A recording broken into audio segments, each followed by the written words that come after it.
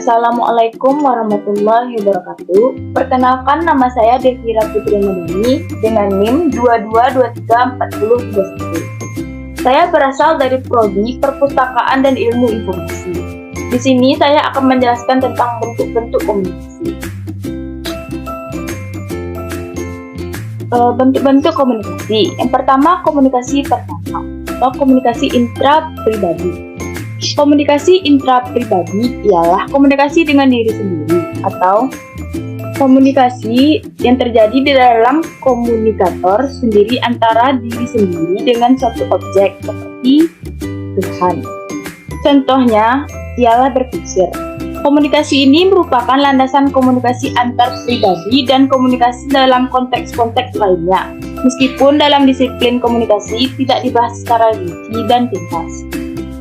Komunikasi intra-pribadi ini juga dapat memicu bentuk komunikasi yang lainnya.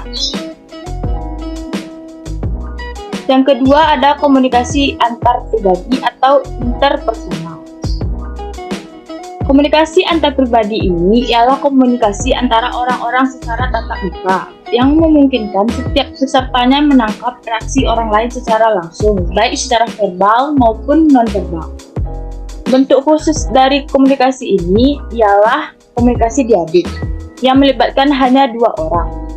Ciri-ciri komunikasi interpersonal. Yang pertama ada arus pesan dua arah. Yang kedua suasana non-formal. Yang ketiga umpan balik segera. Yang keempat berada dalam jarak yang dekat, berarti tidak jauh. Dan kelima mengirim pesan secara stimulon dan spontan. Komunikasi antar pribadi terbagi dua. Yang pertama komunikasi diadik, yaitu komunikasi antar pribadi yang berlangsung antara orang secara tatap muka, seperti wawancara atau dialog. Yang kedua ada komunikasi triadik, yaitu komunikasi yang terdiri dari tiga orang, terdiri dari seorang komunikator dan dua orang komunikat. Bentuk yang kedua yaitu komunikasi kelompok. Kelompok ini ialah sekumpulan orang yang mempunyai tujuan bersama, yang berinteraksi satu sama lain untuk mencapai tujuan bersama. Dalam kelompok ini, kita dapat mengenal satu sama lainnya dan memandang mereka sebagai bagian dari kelompok tersebut, atau tidak membedakan setiap anggotanya, meskipun setiap anggota tersebut mempunyai peran yang berbeda. Komunikasi kelompok biasanya merujuk pada komunikasi yang dilakukan kelompok kecil, bersifat tatap muka. Komunikasi kelompok dengan sendirinya melibatkan juga komunikasi antar pribadi. Karena itu, kebanyakan teori komunikasi antar pribadi berlaku juga bagi komunikasi kelompok. Yang ketiga ada bentuknya komunikasi massa. Ialah komunikasi yang menggunakan media massa, baik cetak atau elektronik. Tetapi komunikasi massa ini biayanya relatif mahal, yang dikelola oleh suatu lembaga atau orang yang dilembagakan, yang ditujukan kepada sejumlah besar orang yang tersebar di banyak tempat, anonim dan heterogen. Komunikasi antar pribadi, komunikasi kelompok, komunikasi publik, dan komunikasi organisasi berlangsung juga dalam proses untuk menciptakan pesan disampaikan dalam media massa ini.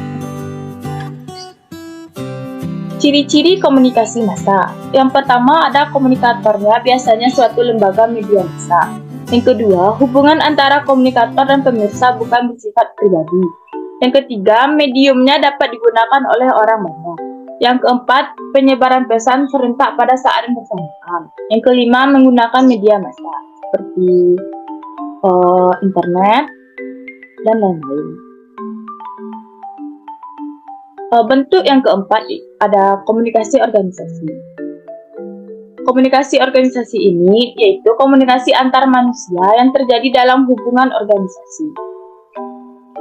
Komunikasi organisasi ini biasanya membahas tentang struktur dan fungsi organisasi, hubungan antar manusia, komunikasi dan proses pengorganisasian, serta budaya organisasi.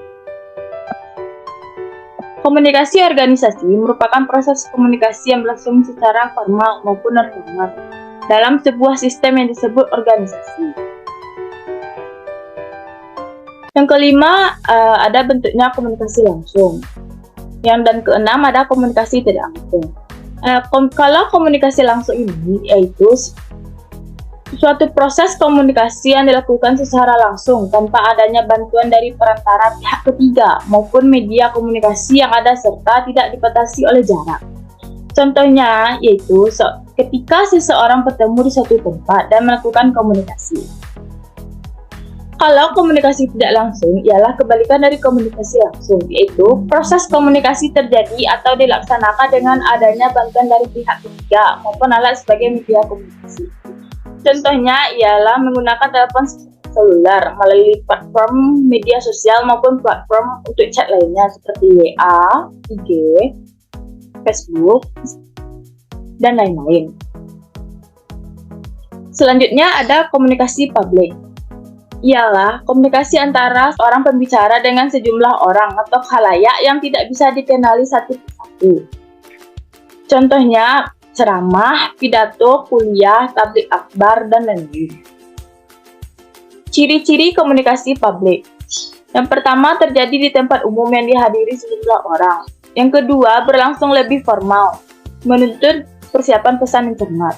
Yang ketiga merupakan peristiwa yang direncanakan. Yang keempat, orang-orang yang ditunjuk secara khusus melakukan fungsi-fungsi tertentu. Selanjutnya menuntut kemampuan menghadapi sejumlah besar orang. Dan komunikasi cenderung pasif atau tidak aktif. Selanjutnya ada komunikasi antar budaya. Ialah komunikasi yang terjadi di antara orang-orang yang memiliki kebudayaan berbeda. Contohnya, kebudayaan daerah Minangkabau dengan kebudayaan daerah Riau. Fungsi-fungsi komunikasi antar budaya. Yang pertama ada fungsi pribadi, yaitu sebagai menyatakan identitas sosial, menyatakan integrasi sosial, dan menambah pengetahuan. Yang kedua ada fungsi sosial, yaitu pengawasan, menjembatani, sosialisasi nilai, dan menghibur.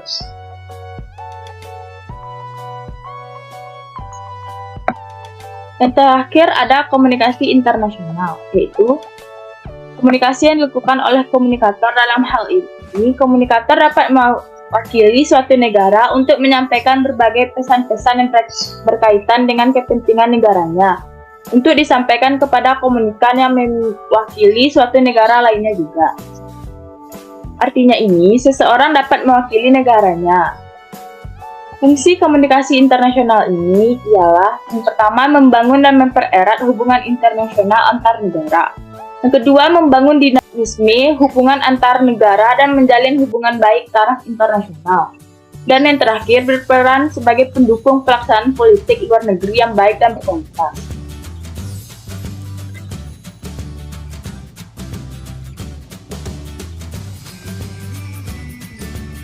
Baiklah, segitu hasil dari presentasi saya. Jika ada salah, saya memohon maaf. Assalamualaikum warahmatullahi wabarakatuh.